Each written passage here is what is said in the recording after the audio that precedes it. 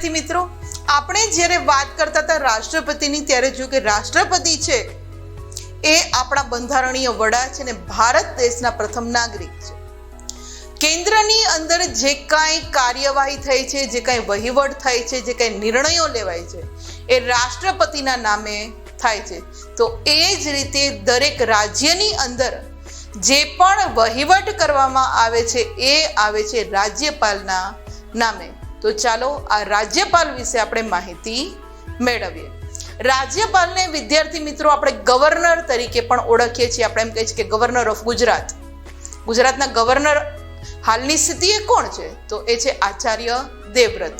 એટલે કે રાજ્યપાલને આપણે ગવર્નર તરીકે પણ ઓળખીએ છીએ અને રાજ્યના મુખ્ય પ્રધાન અને પ્રધાનમંડળના સભ્યોનો સમાવેશ રાજ્યની કારોબારીમાં થાય છે. જે રીતે કેન્દ્રની કારોબારીની વાત કરતા હતા તો એમાં આપણે શું વાત કરીએ તો કે વડાપ્રધાન છે, તેનું પ્રધાનમંડળ છે અને રાષ્ટ્રપતિ છે, એનો સમાવેશ થાય છે કેન્દ્રની કારોબારીમાં. તો એ જ રીતે વિદ્યાર્થી મિત્રો રાજ્યની કારોબારીની અંદર રાજ્યપાલ, રાજ્યના મુખ્ય પ્રધાન કે જેને આપણે ચીફ મિનિસ્ટર CM કહીએ છીએ, અને એનો જે પ્રધાનમંડળના સભ્યો છે એમનો રાજ્યની કારોબારીમાં સમાવેશ થાય છે. હવે રાજ્યમાં સર્વોચ્ચ સ્થાને જે રીતે કેન્દ્રમાં સર્વોચ્ચ સ્થાને રાષ્ટ્રપતિ છે એ જ રીતે વિદ્યાર્થી મિત્રો રાજ્યની અંદર સર્વોચ્ચ સ્થાને રાજ્યપાલની નિમણૂક થાય છે. અને રાજ્યપાલની નિમણૂક કોણ કરે છે? તો આપણે આગળ જોયું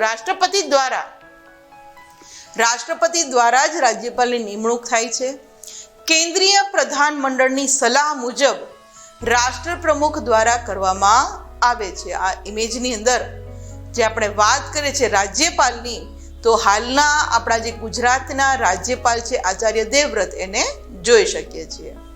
ત્યારબાદ વાત કરીએ તો રાજ્યપાલ બનવા માટે પણ એ જ લાયકાત હોવી જોઈએ કે 35 વર્ષ તેથી વધુ વર્ષના હોવા જોઈએ, ભારતના નાગરિક હોવા જોઈએ, તો એ રાજ્યપાલના હોદ્દા માટે લાયક ગણાય છે.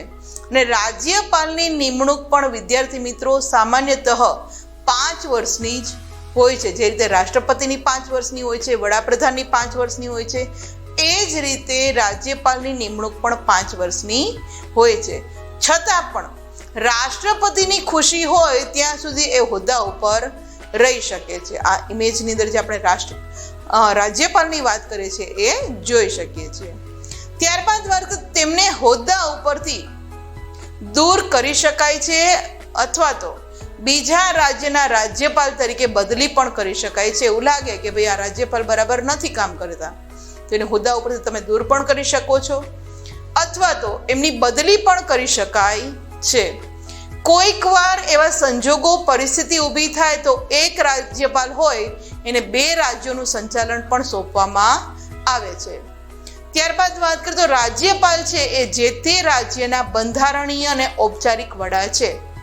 જે તે રાષ્ટ્રપતિ છે અને કેન્દ્રની અંદર બંધારણીય વડા આપણે કીધા, એ જ રીતે રાજ્યના બંધારણીય વડા કોણ? તો કે એ છે આપણા રાજ્યપાલ. રાજ્યપાલ છે એ રાજ્યની વિધાનસભાના, કારણ કે રાજ્યની અંદર વિધાનસભા હોય, જે રીતે કેન્દ્રમાં લોકસભાની અંદર જે બહુમતી પક્ષ ધરાવતો હોય તો એ બહુમતી પક્ષના સર્વમાન્ય જે નેતા છે ને વડાપ્રધાન તરીકેની નિમણૂક કરે છે અને એની સલાહ મુજબ પ્રધાનમંડળની રચના કરે છે, એની નિમણૂક કરે છે રાષ્ટ્રપતિ. એ જ રીતે વિદ્યાર્થી મિત્રો રાજ્યની જે વિધાનસભા હોય એમાં વિધાનસભાની અંદર જે પક્ષ બહુમતી ધરાવતો હોય અને આ બહુમતી પક્ષના નેતાને મુખ્ય પ્રધાન તરીકે નિમણૂક કોણ કરે છે? તો કે એ કરે છે આપણા રાજ્યપાલ. મુખ્ય પ્રધાનની સલાહ મુજબ પછી આ મુખ્ય પ્રધાન હોય એ સલાહ આપે, એના મુજબ અન્ય પ્રધાનમંડળના સભ્યોની નિમણૂક પણ રાજ્યપાલ કરે છે. જે રીતે કેન્દ્રની અંદર રાષ્ટ્રપતિ છે વડાપ્રધાનની સલાહ મુજબ પ્રધાનમંડળની નિમણૂક કરે છે અને ખાતાની સોંપણી કરે છે, એ જ કામગીરી રાજ્યની અંદર રાજ્યપાલ કરે છે. કે રાજ્યની વિધાનસભાની અંદર જે બહુમતી પક્ષ આવે એનો જે નેતા હોય છે એને મુખ્ય પ્રધાન બનાવે. પછી આ મુખ્ય પ્રધાનની સલાહ મુજબ બીજા પ્રધાનમંડળના સભ્યોની નિમણૂક અને ખાતાની વહેંચણી છે એ રાજ્યપાલ કરે છે. આગળ વાત કરીએ તો આ ઇમેજની અંદર જે આપણે વાત કરી રહ્યા છીએ આપણા ગુજરાતના અલગ અલગ જે મુખ્ય પ્રધાનો જે વાત કરીએ એ આપણે આ ઇમેજની અંદર જોઈ શકીએ છીએ. ત્યારબાદ વાત કરીએ તો તેઓ રાજ્યના એડવોકેટ જનરલ અને રાજ્યના જાહેર સેવા આયોગના અધ્યક્ષ તેમજ અન્ય સભ્યોની નિમણૂક પણ કરે છે. એટલે કે રાજ્યની અંદર જે એડવોકેટ જનરલ છે કે જાહેર સેવા આયોગના અધ્યક્ષ હોય કે બીજા અધિકારી હોય એની નિમણૂક છે એ રાજ્યપાલ દ્વારા કરવામાં આવે છે. અને રાજ્યની જે વડી અદાલત હોય એટલે કે જેને આપણે હાઈકોર્ટ કહીએ છીએ વિદ્યાર્થી મિત્રો, આ હાઈકોર્ટના ન્યાયાધીશો એટલે કે જજની નિમણૂક પણ રાષ્ટ્રપતિ તેમની સાથે ચર્ચા વિમર્શ કરીને જ કરે છે. એની નિમણૂક છે એ રાષ્ટ્રપતિ કરે છે હાઈકોર્ટના ન્યાયાધીશની, પણ ચર્ચા કોની સાથે થાય છે તો કે પહેલા ચર્ચા રાજ્યપાલ સાથે કરે છે ને ત્યારબાદ હાઈકોર્ટના જજની નિમણૂક કરવામાં આવે છે.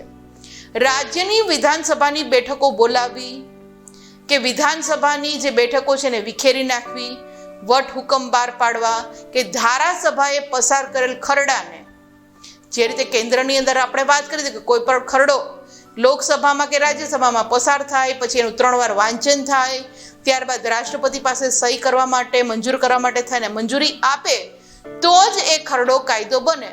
તો આ જ જે પ્રક્રિયા છે એ વિદ્યાર્થી મિત્રો રાજ્યની અંદર થાય છે કે રાજ્યની ધારાસભાની અંદર કોઈ ખરડો પસાર થાય અને એને મંજૂરી જો રાજ્યપાલ આપે તો અને તો જ આ ખરડો છે એ રાજ્યની અંદર ધારાકીય સત્તાવતો કાયદો બને છે. આ ઇમેજની અંદર આપણા હાલના જે ગવર્નર છે એ જોઈ શકીએ છીએ. ત્યારબાદ વાત કરીએ રાજ્યમાં જે તે રાજ્યની અંદર જે યુનિવર્સિટીઓ આવેલી છે તો આ યુનિવર્સિટીઓના કુલાધિપતિ એટલે કે ચાન્સલર કોણ હોય છે તો કે હોદ્દાની રૂએ આપણા રાજ્યપાલ. રાજ્યની યુનિવર્સિટીઓના કુલાધિપતિ એટલે કે ચાન્સલર હોદ્દાની રૂએ રાજ્યપાલ હોય છે. અને આ જ યુનિવર્સિટીઓના ચાન્સલર પછી જે વાઇસ ચાન્સલર ની જે આપણે જેને ઉપકુલાધિપતિ કહીએ છીએ એની નિમણૂક કરવાની હોય તો એ નિમણૂક કરવાની ઔપચારિક સત્તા પણ રાજ્યપાલ ધરાવે છે. આ ઇમેજની અંદર આપણે રાજ્યપાલ જોઈ શકીએ છીએ કે જે હોદ્દાની રોએ યુનિવર્સિટીના કુલાધિપતિ હોય છે અને ઉપકુલાધિપતિ એટલે કે વાઇસ ચાન્સલરની નિમણૂક કરવાની સત્તા પણ એમની પાસે રહેલી છે. ત્યારબાદ વાત કરીએ તો રાજ્યપાલની સત્તા છે એ વ્યવહારમાં મુખ્ય પ્રધાન અને તેનું મંત્રીમંડળ ભોગવે છે. કે સત્તા છે એ રાજ્યપાલની, પણ ખરેખર વ્યવહારની અંદર એનો ઉપયોગ કોણ કરે છે તો કે મુખ્ય પ્રધાન એટલે કે ચીફ મિનિસ્ટર એનું અને એનું મંત્રીમંડળ જે સત્તા ભોગવે છે.